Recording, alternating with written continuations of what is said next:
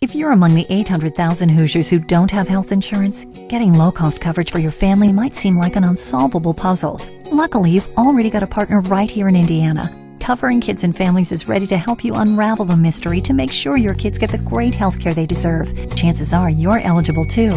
CKF has the expertise to help you cut through the red tape to a healthy future for you and your children. Because every child deserves to be healthy. Find out more at coveryourkids.org.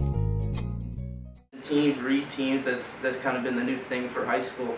It tricks them when they don't know who's going up to be that last guy at the line of scrimmage and who's coming back. So you get to play with it a little bit. Kind of right. The quarterbacks. Yeah, you're almost like a headhunter. Mm-hmm. Yeah. Specifically, I just want to review the season. First of all, congratulations. You had a great year. You ended up, I believe, 9-3. Mm-hmm. I'm just going to highlight. I'm just going to pick out 3 or 4 games, and I just specifically because we covered the show, we followed you, we went to the games. It was a fun run. You're well coached. You guys are fun to watch. I like your style of ball. You're aggressive. In fact, I don't know if you were aware of this, but one of the sports reporters in Fort Wayne said that East Louisville was the hardest hitting team in Northern Indiana. So that's a compliment. Yeah, we pride that. So we like being the hard-hitting team. It's win or lose, you're going to wake up sore Saturday morning from us. So that's what we liked on the defense. Yeah, a lot of ice, a lot of whirlpool. Mm-hmm. Okay, let's start. Norwell. You really shocked me when I did not go to that game. I looked at the score. I didn't hear it on the radio. I don't know can you explain what happened? Well, I know you guys didn't have school that day. Right. You got to tip their hats off to them. We kind of went in. I think we overestimated them. We knew New Haven was coming up, so I think we overlooked them just a little bit. And it's football, especially in our conference. It's football, and anybody can beat anybody. Correct. And you just got to tip your hats to them. They came out, they scouted us really well, and they kind of caught us on our heels a little bit, and just got us. But to be honest, I mean, that was kind of our adversity point. It was that point where we can either fall apart the rest of the season, or we can pick ourselves up and start working and start going for the playoffs and things like that. So we looked at ourselves in the mirror after that game, and we were just like, all right, now's the time, and we just keep going. You know, right. we've hit our adversity, and I'd rather hit that game in the season rather than first game of playoffs. So that's how we looked at it. We looked at it as a chance to, okay, you know, look at yourself. We need to start getting better. When we focused and we hit practice the next week, it was a great week of practice, and then we beat New Haven coming up that next week. So it helps. It's which made the loss to Norwell even more shocking. Mm-hmm. Now, was that the first game that Mabel sat out at Norwell, or was that the second game? Do you remember? I want to say that was his first game. And see, that may have had a lot to do with it too. It could have, but it's a team. It takes 22 guys. Right. Ben and I talked about, well, they didn't have school that day. They went down there. They were looking ahead, like you said, to New Haven. I mean, routine a little bit. Yeah, a little bit. Sure. But you know, it's football, and anybody can beat anybody, and that's what I love about the game. But we really bounced back from that. It was a good awakener for the team and everything. Very, very humbling. Mm-hmm. Well, yeah, you can either learn from it or it would destroy you. Right. Now, let me ask you about Homestead. You guys basically totally outplayed them. Mm-hmm. Statistically, I mean, it was a shame that you lost that game. Mm-hmm. It was a heartbreaker. Mm-hmm. And you know, there again, that in your conference, that's one of the biggest rivals. Sure, they're a big school. They're a 6A school. You're 4A. Mm-hmm. But you were so even with them. Mm-hmm. It's not like they're way better than us. Just explain the intensity. I mean, usually that game comes down to the conference title. Mm-hmm. Whoever wins the game wins conference. Mm-hmm. And I know there's no love, but obviously you respect Homestead. Right. We obviously wanted to get Homestead. You always want to get Homestead. They're one of the bigger teams in the conference. It didn't fall our way, and we were out there. We played so hard. It was hard. At the end of the game, it felt like we lost the Super Bowl. I mean, it was what, the third game of the year, and but it was such an intense game. It came down to a field goal, wasn't it? Yeah. It right at the end of the game. Just didn't fall our way. You know, it's just things like it seems to happen that way. But we played so hard that game. We coached well. It's just it is what it is. It just happened. You know. It was a heartbreaker. It was a tough game to lose, but just got to bounce back from it and keep playing. But I mean, obviously you guys felt like you were prepared. Mm-hmm. You weren't intimidated. We scouted them really well. We weren't intimidated. We were hitting them hard. We knew what they were doing, especially on the defense. We knew a lot of their plays. We understand their veer offense. They like that veer. Right. We had it under control. It just, it is what it is. It happens. You mentioned, high school, football, it's emotional ups and downs and momentum. And, the thing is, what I don't understand is, I mean, you can't pick, people that try to bet or pick even high school, you can't do it. Carroll beat Homestead twice. Mm-hmm. We destroyed Carroll, and yet they beat us by a field goal. It makes no sense. Yeah. I mean, you can't explain that. It's high school football. It's high school football. One of the things that did help this year was definitely our fan base, because like you said, it's an emotional game, and our fans were there all the time. They were always picking us up. We travel well. And I remember Leo. I was just in Leo, yeah. More people. We had more people in the visiting stands than they did in their home stands. We had standing room only on our side. I know, it was awesome. Oh, that was a great game. Now, speaking of Leo, now that's going to become a good rivalry with us. Mm-hmm. Obviously, it's not going to concern you anymore. You're going to be graduating, but we can talk about next year's team though too. Give us a little insight. But Leo, that's a good football program. Mm-hmm. I wasn't real impressed with their stadium or their field, but that's a whole other story. But you guys played really well against them. They were big and physical and fast. Mm-hmm. Explain that, because you pretty much manhandled them, Even though it was a close game. Right. Their offensive line, they were in the paper right before the game talking about how good their offensive line was. They're big. And they were a good offensive line. You gotta respect that offensive line. They were big. They moved well. They were quick. They took up a lot of space. We knew it was going to be like a heavyweight boxing match. It was just punch after punch and or punt after punt. Pretty much that's what it was.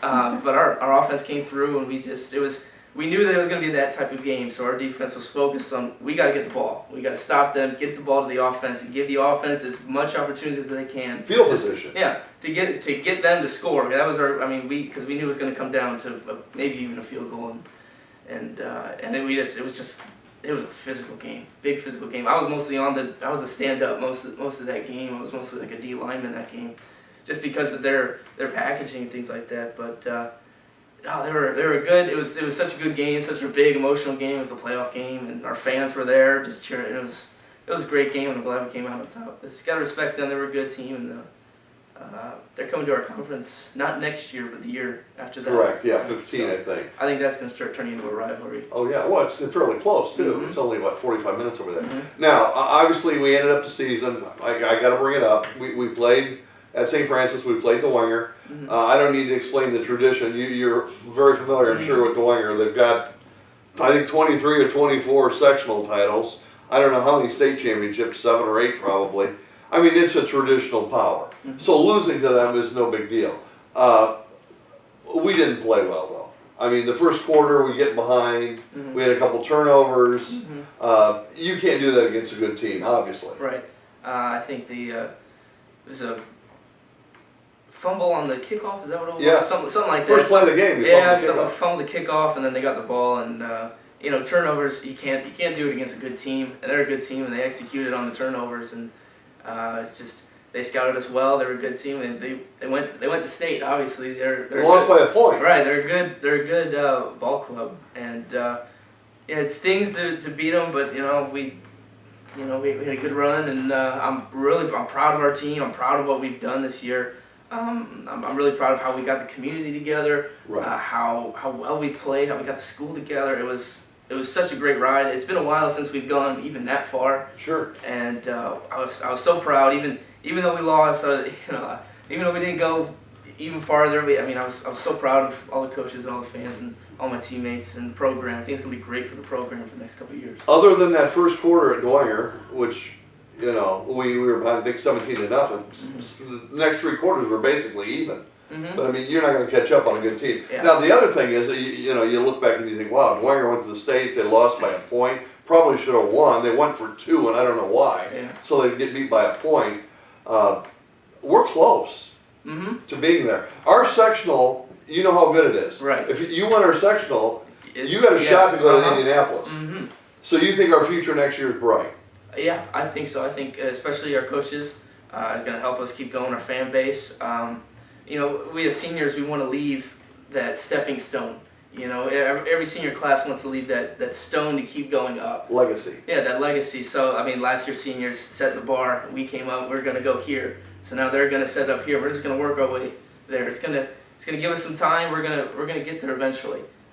Our team, our town, this whole community, we just give us some time. We'll get up there sooner or later.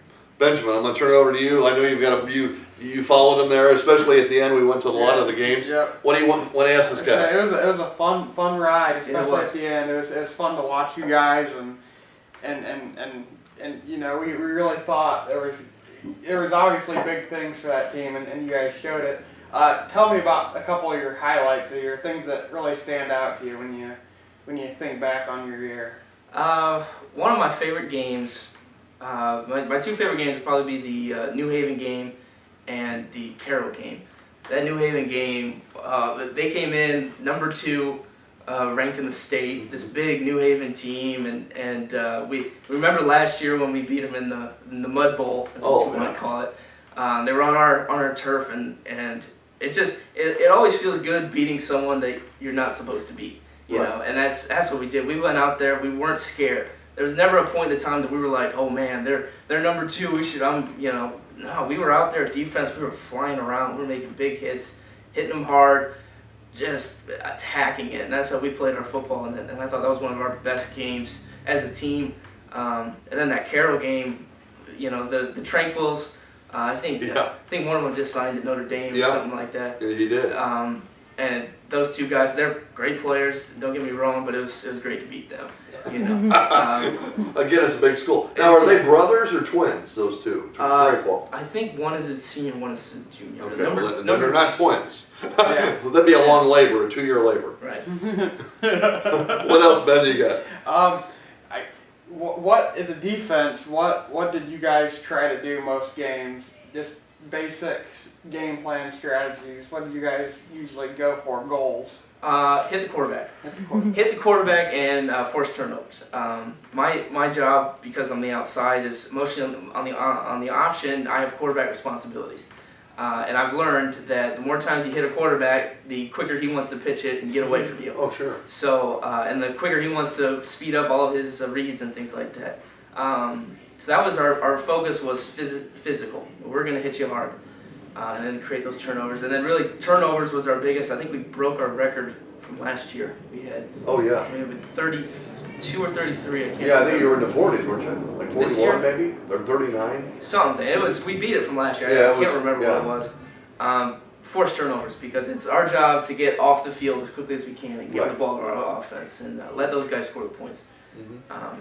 So those were our two main things, hit them hard and create turnovers. Mm-hmm. And I think we did that pretty well.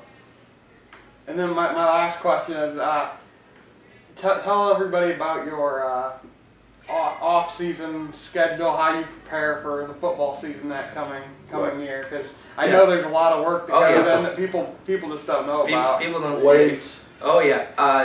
Special shout out to Kerry Nelson. He's our strength and conditioning coach.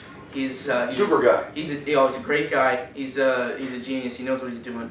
And we worked out on his program this summer. He changed it around this year. He was more working on explosiveness, a lot more of your cleans, your power cleans, hand cleans, things like that.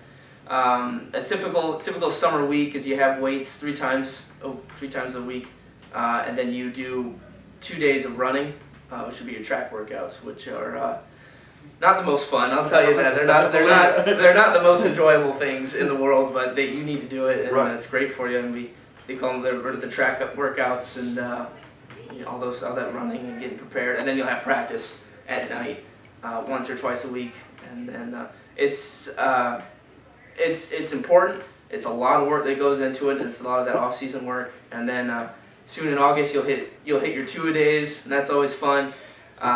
They're long, 90 degrees, and on that turf, nice and hot, just nice and it cooks you out there. And then we've really been focusing on our 7-on-7 this year, was really big, which is great for an offense because it helps their timing, especially with the new quarterback, new receivers, things like that.